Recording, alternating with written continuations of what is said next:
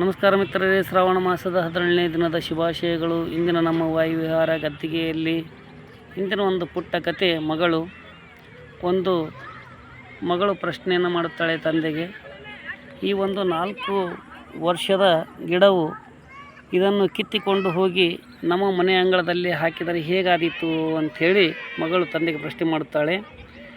ತಂದೆ ಆಗ ಹೇಳ್ತಾನೆ, ಇಲ್ಲ ಮಗು, ಇದೀಗಾಗಲೇ ಬೇರುಗಳೆಲ್ಲವೂ ಪಸರಿಸಿರುತ್ತವೆ, ಗಟ್ಟಿಯಾಗಿರುತ್ತದೆ. ಅದನ್ನು ಕಿತ್ತಿ ಹಚ್ಚಿದರೆ ಅದು ಇರಲು ಸಾಧ್ಯವಿಲ್ಲ, ಆ ಮರ ಒಣಗಿ ಬಿಡುತ್ತದೆ ಅಂಥೇಳಿ ತಂದೆ ಮಗಳಿಗೆ ಉತ್ತರಿಸುತ್ತಾನೆ.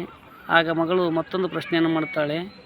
ಕೇವಲ 4 ವರ್ಷದ ಗಿಡವು ಒಣಗಿ ಬಿಡುತ್ತಾದರೆ 22 ವರ್ಷ ಬದುಕಿ ಬಾಳಿದ ಈ ಮನೆಯಿಂದ ನನಗೇಕೆ ಬೇರೆ ಮನೆಗೆ ಕಳುಹಿಸುತ್ತೀರಿ ಅಂಥೇಳಿ ಮಗಳು ತಂದೆಗೆ ಪ್ರಶ್ನೆ ಮಾಡಿದಾಗ ತಂದೆಯ ಕಣ್ಣು ಒದ್ದೆಯಾಗುತ್ತದೆ. ಇಲ್ಲ ಮಗಳ, ಇದು ಒಂದು ಪ್ರಕೃತಿ ಧರ್ಮ ಇದೆ. ಆ ಒಂದು ಹೆತ್ತ ತಾಯಿ ಮನೆಯಿಂದ ಗಂಡನ ಮನೆಗೆ ಕಳುಹಿಸಲೇಬೇಕು. ಇದು ಒಂದು ಧರ್ಮ.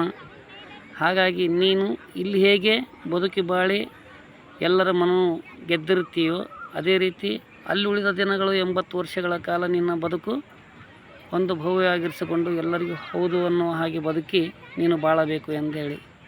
ಇಷ್ಟೇ ಜಗತ್ತಿನೆಲ್ಲ ಎಲ್ಲ ಅತ್ತೆ ಮಾವಂದರು ಒಂದು ದಿನ ನಮ್ಮ ಮನೆ ಮಗಳು ಬೇರೆಯವರ ಮನೆಗೆ ಹೋದರೆ ಮತ್ತೊಬ್ಬರ ಮಗಳು ನಮ್ಮ ಮನೆಗೆ ಬರುತ್ತಾಳೆ.